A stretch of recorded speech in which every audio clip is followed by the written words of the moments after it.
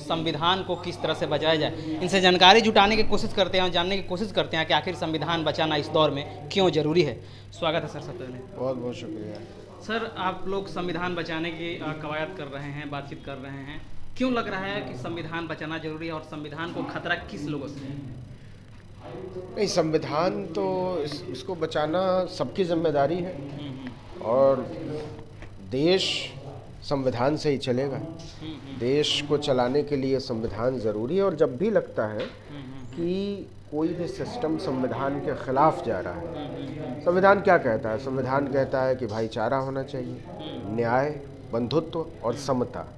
लेकिन पिछले कुछ वर्षों में जिस तरीके से इन तमाम संवैधानिक मूल्यों की धज्जी उड़ाई गई, जिस तरीके से इनको नेस्तनाबूद किया गया है, जिस तरीके से इस देश में मुसलमानों की मॉब लिंचिंग हुई है, उनको सताया गया है, उनके रिप्रेजेंटेशन को ख़त्म किया गया है, जिस तरीके से रिजर्वेशन को ख़त्म किया गया है, जिस तरीके से भाईचारे में आग लगाई गई है, प्रधानमंत्री की जो भाषा है मुसलमानों को लेकर और वो जिस तरीके से हिस्सा मारने की बात कर रहे हैं और मंगलसूत्र की बात कर रहे हैं, वो बताता है कि आप इस देश के प्रधानमंत्री का विश्वास नहीं है संविधान के मूल्यों में।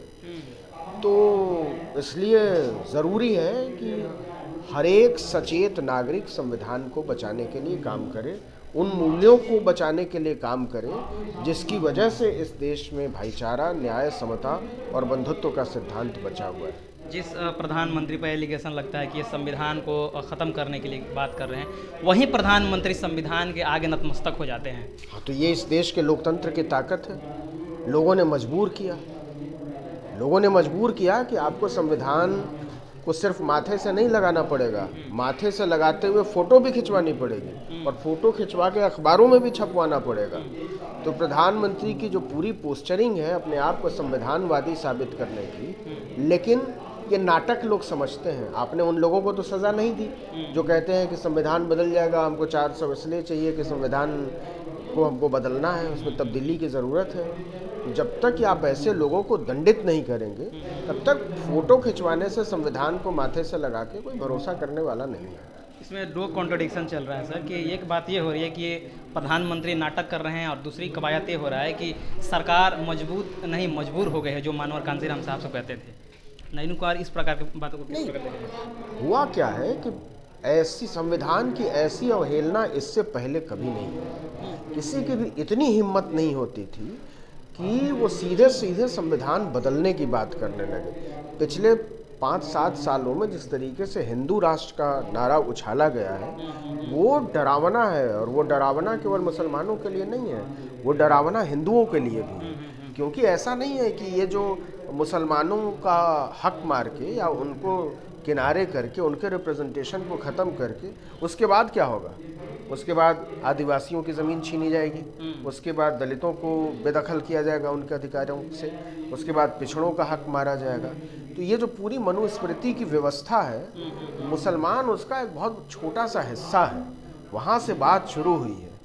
जब वो बात आगे बढ़ेगी, अगर लागू हो जाता, अगर लोगों का मैंडेट इसके खिलाफ नहीं आता, अगर संविधान के पक्ष में नहीं आता, तो बहुत सारी चीज़ें होने वाली थी। अब कम से कम उस पर लगाम लगेगी।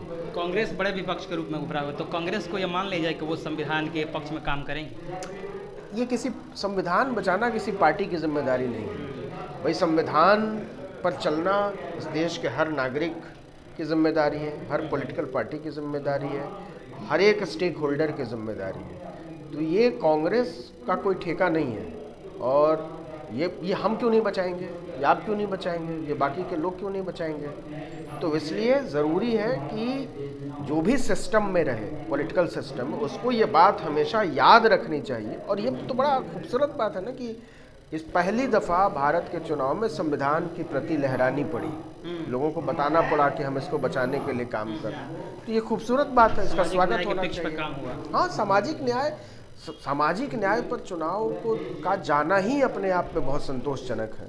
मतलब सामाजिक न्याय पर राजनीति हो सकती है, इसका मैसेज ये है। आज से पहले तो लोग मानते थे कि सामाजिक न्याय पर राजनीति नहीं हो सकती, ये काम केवल राज्यों के छोटी छोटी पार्टियों का है।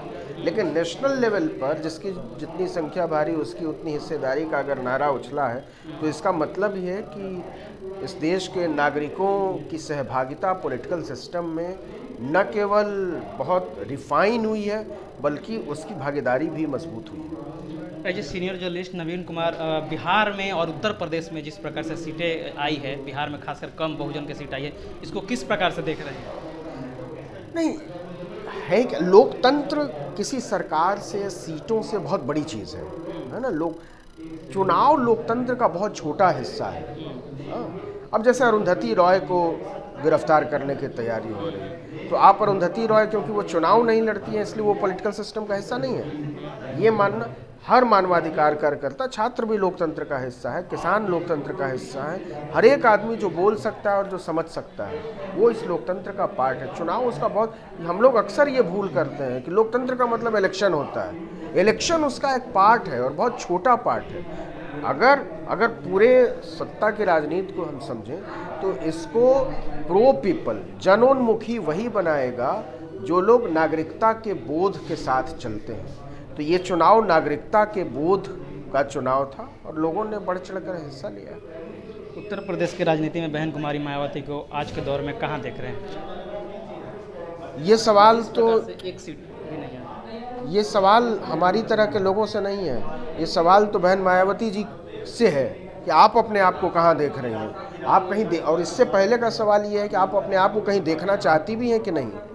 जिस तरीके से बीच चुनाव में कुछ दिन पहले बनाए गए अपने उत्तराधिकारी आकाश आनंद को उन्होंने हटा दिया, तो उनको तो ये तो सवाल है बहन जी पर कि उन्होंने ऐसा क्यों किया।